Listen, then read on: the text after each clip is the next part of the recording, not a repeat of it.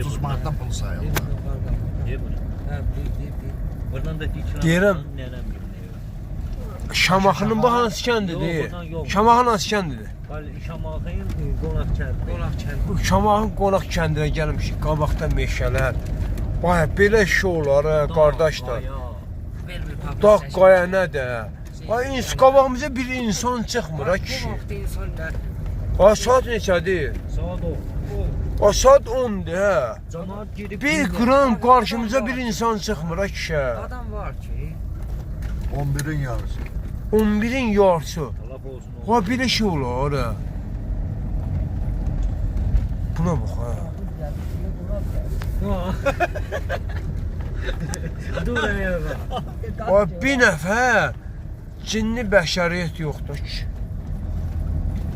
Bu kənd belə olar, ayda. Amma qalaya bu orada geçsən bizə iş döyürlər. Saat 4-ə qədər. Harda? Bizim o biri kənd. O qardaş belə şey olmaz. Bu kəndə giribsən, bir dənə qabaq var, bir insan çıxmır. O uğraşdı bir Belə- daha stop gördüm qabağında. Stop. Adam var. Ha, bir tane O maaş. bir insan çıxmır ha ki.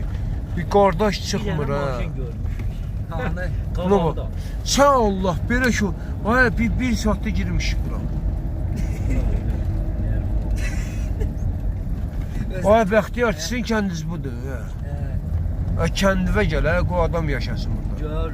Biz gəlsək bura qırılacaq. Bura var Burada deyil. adam qalmır. Bir düşəcək bura. Hadi gəlib mən qalmayım. Bu nədir? İdris babamın gəldi. İdris. İdris baban gələndə neçə yaşı var idi İdris baba? Ha heç getməmişəm mən. Bura gəlməyibsən? İdris babam deyil, mənim babam Cəfər Qulub. Buradadır İdris Cəfər Qulub. Babamın əmsi oğlu. Cəfər Qulu babam buradadır. Şey burada. Öyle bak. Adem. Adem burada. Adəm kimdir? Adem'i tavsiye edeyim. Babamın birisi oğlu. Vay, bu nədir? Bizi sürüyə baxacaq. Evet. Qardaşlar, bayaqdandan video çəkirəm. Bir dənə, bir nəfər olsun insan çıxmıyor qavamıza. Saat da gecdir. Saat neçədir? Saat 10'dur. 11'ə qalıb. 11'ə 21 dəqiqə qalıb. Kimin evinsə dəyişir. Sen Allah qaydağı da var. Satdıq dostca buradan belə desin. Ha.